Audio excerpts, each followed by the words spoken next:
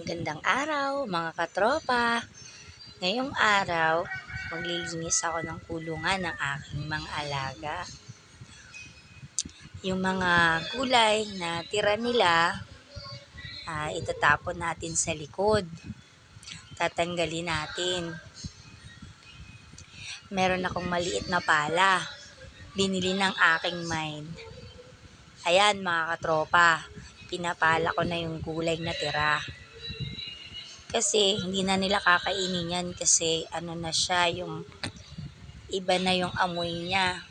Parang ano tawag dyan mga katropa, parang malapit na silang masira talaga. Diyan naman sa kabilang, sa likod namin, inaantayan ng mga native na manok ng kapatid ko. Ayan, tinutuka nila yung mga gulay na tira. Kaya